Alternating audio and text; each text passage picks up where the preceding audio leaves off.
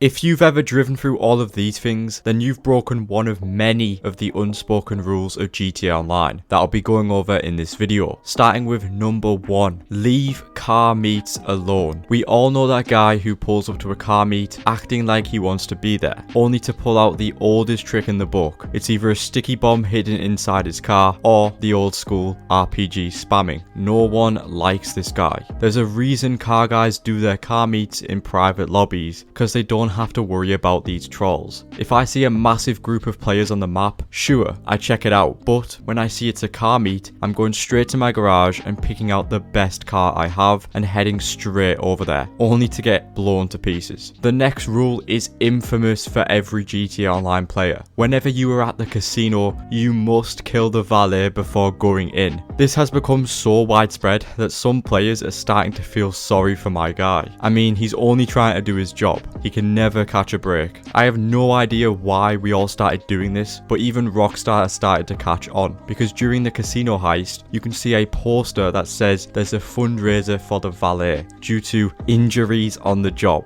I think we all know where those came from. But are you someone who shows him mercy or always takes him out? Always kill your friend if they have a bounty on them. This will never not be funny to do. You don't do it for the measly $2,000, you do it because you have to. Half the time they end up getting the bounty because they stole some old granny's car, but it is your job to collect it, no matter what. This has happened to you at least once while you're playing. You receive the $2,000 good behavior bonus while you're definitely not doing good behavior. Half the time you're deep in a 5-star wanted level on a rampage against the poor residents of Vespucci Beach, and I don't think I've ever gotten the good behavior bonus while doing something good. It has to be intentional. What else could the reason be? Never expect more than 20% on a heist if you didn't help with the setups. People always join a heist expecting 50% or more. Meanwhile, you slaved away helping the host do the long and boring setup missions, and you're not even getting 50%. This is non-negotiable. If I join a heist and do nothing to help, I expect nothing more than the lowest possible cut. And even the other way around, if someone helps me, I give them as much as they want. It's the right thing to do.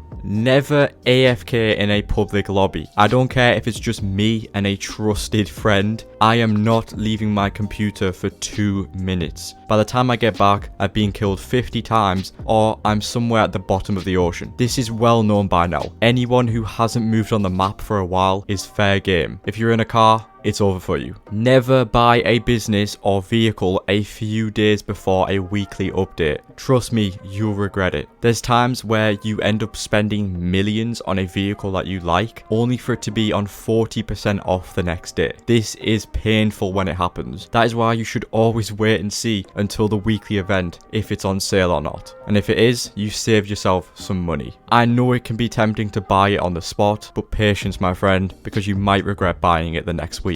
I guarantee that at least one player in any session you join has this username, and you just know for a fact they are below the age of 10 and have an IQ of 20. A username gives away a lot more about a player than their level. So if you see anyone called, stay away from them. It is a requirement to always knock over these yellow things in the middle of the road when driving near Fort Zancudo. There are absolutely no exceptions, and you get bonus points if you manage to hit every single one. Your brain just tells you to hit them every single time, and you have to. Whenever you see someone minding their own business inside of a shop for too long, you have to block them in with a vehicle. This will always be funny, especially if it's a low level. Once they are finished shopping, they realize there is no escape, and then they try and frantically move around trying to get out, and you just know for a fact they want to shoot you but can't. It's hilarious. No matter how down bad you are, playing heist with randoms is never a good idea. I don't care if your friends aren't online, playing with randoms is torture. For the few times that I've attempted it, my brain could not comprehend just how bad randoms are. And if you find yourself in a full heist with low level randoms, it's best to log off and never come back. There are much better options out there than forcing yourself to go through this torture. Always let the low levels use your sports car. Even if they suck at driving and your car comes back looking like this, you just know it put a smile on their face. Especially if you have a decked out supercar, the low levels love it. So let them have their fun. Always keep your homing missiles turned off when near players. There's times where I accidentally locked onto someone and they never gave up trying to kill me. I know the lock-on sound is terrifying, but it doesn't always mean that we are trying to blow you up. So make sure to keep them off when flying across the map. If not, don't be mad that they killed you. After you have completed a heist with your friends, you have to immediately kill them. Whether it's throwing them into the air with the atomizer or sacrificing yourself to blow up the whole squad. This is a sign of celebration that you finally finished the heist. So always kill your friends before they do. This could go on for hours if you wanted it to. If a griefer blows up your cargo and then they have the audacity to sell their business in the same session, you must blow them up.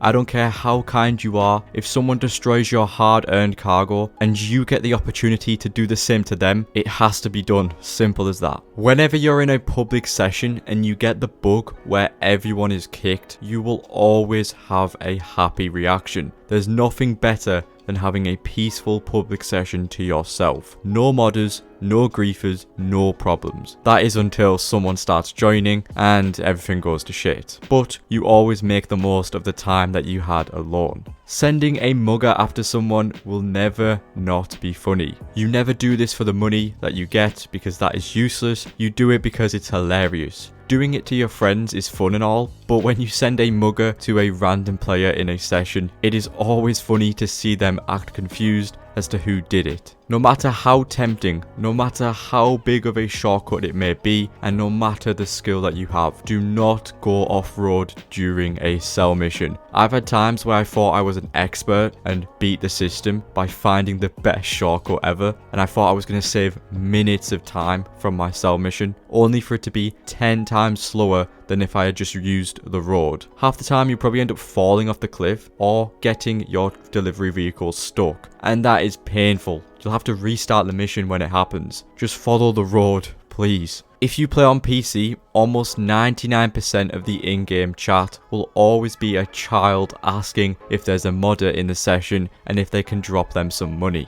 We've all been there, don't get me wrong, I will admit, I have asked many times for a money drop when I first started out. It's basically a rule as a beginner that you have to follow. Most of the time, no one replies, but when they do, they're not even a modder, and they just want to get this poor level 1's hopes up. Although it is funny to watch. If an NPC disrespects you whenever you drive past them, you have to go back and annihilate them. You cannot tolerate that disrespect. The NPCs are always the ones in the wrong, and I guess they're programmed to hate on us. And well, I'm programmed to always kill them. I'll throw one more rule in because why not? If you race, race clean. You do not want to be that guy who ruins the race for everyone else, especially the guy who blocks the track when they're losing. Just play the damn race, and if you suck, you suck. Deal with it. Do not ruin the race for others. And those are the 21 unwritten rules of GTA Online. And if you have any more that I didn't mention, because there'll definitely be a lot more that I didn't cover, comment them below. And while you're down there, subscribe and drop a like on the video. And I'll see you all in the next one.